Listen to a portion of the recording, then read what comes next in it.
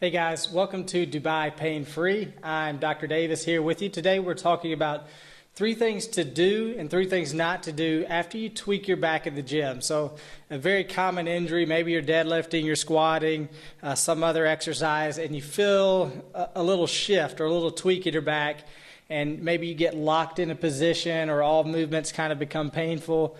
Pretty common injury. Today we're going to give you a little bit better advice, a little bit of evidence-based advice about what you need to do and what you shouldn't be doing. So to start with, 3 things not to do after you tweak your back in the gym.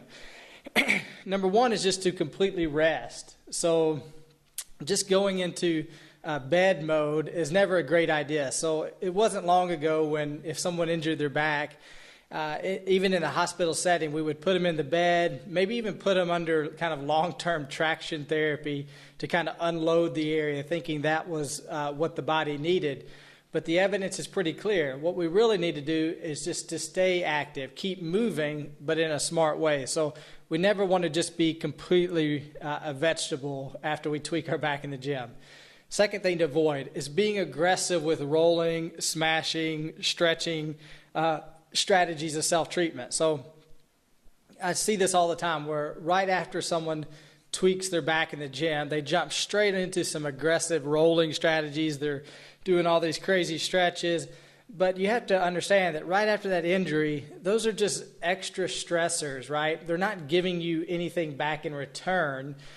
You may get some temporary kind of neurophysiological or neuromodulation of your pain, where you feel better for 20 minutes or so, but at the end of the day, those types of aggressive rolling strategies really go in the stressor bucket. They're not really giving us any kind of long-term therapeutic benefit. So be careful with aggressive rolling and stretching strategies right after you tweak your back. The third thing is just ignore it altogether. So a lot of the type A personalities out there, this is normal, maybe I can just work through it and just completely ignore it and continue your normal training schedule, your normal programming, your normal volume.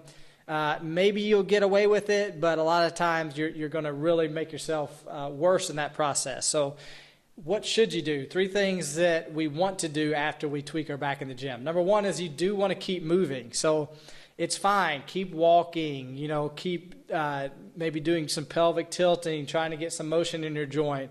Maybe some McKenzie type protocols where we're looking for a directional preference of movement. But the last thing we want to do, again, is just to be completely rested. We do want to keep moving, and we want to put a little load into our back. So that doesn't mean go and test your 1-rep max deadlift. What that means is we want to put a little bit of load in our back, some maybe an isometric exercise where we're putting a little bit of load in a very controlled way into that area, but we're not creating movement with that could be an extra stressor. So for the low back, that might look like loading up a rack pull and just grabbing it with your hands and putting in the force like you were going to do a rack pull, but not actually moving, and maybe holding maybe a 30% contraction there for 15 to 30 seconds. So we're putting load in the back.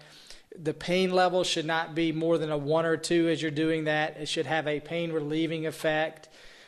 So we're putting a little bit of load, and we're going to get something back with that versus just aggressively stretching. So with the loading thing, again, I'll just say, be careful with what we mean by keep loading. It doesn't mean just continue to put a heavy load on. It's finding the correct entry point to reloading that area so that we're getting you back as fast as possible.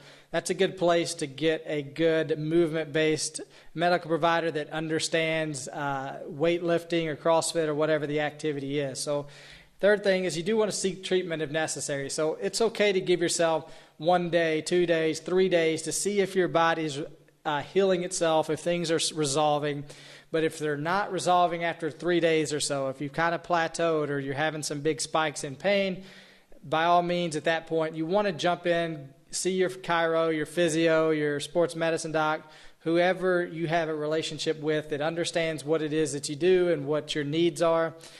There's a lot of evidence that shows one of the biggest prognostic factors in how fast you get back to your sport or activity is really how quick you get in and start treatment. So there's some studies that show it's about 3 days. For every day you wait to start a proper rehab program, can add about 3 days to your recovery. So it just depends on the type of injury. But the point being, give yourself a few days. If things are getting better, let it run its course. Be smart about your progression back in the gym. But if things aren't responding, go ahead and see a medical provider. Last, if this is a recurring problem, so this happens every week or every month or every 3 months, at that point you want to step back, you want to reevaluate, figure out what's the tissue that we're talking about here, or what's the injury that's happening and why is that happening, and work with a medical provider that's willing to create a longer term strategy with you. So not someone that's just focused on the side of pain and doing some passive therapy to get your pain level down, but someone that's willing to look globally at how you're moving, look at your programming, give you some educational advice, and create a strategy that's going to make you more resilient towards the task or activity that you enjoy, whether that's CrossFit, the weightlifting, golf, whatever that may be. Create a strategy that builds resiliency and capacity of your low back towards that task, so that your frequency starts to come down, and in the long term you can continue to enjoy your sport or activity for a long time. So hopefully this helps you guys. Thanks for watching. If you have any topics you'd like us to cover, shoot me an email at ryan@dubaipainfree.com. Thanks.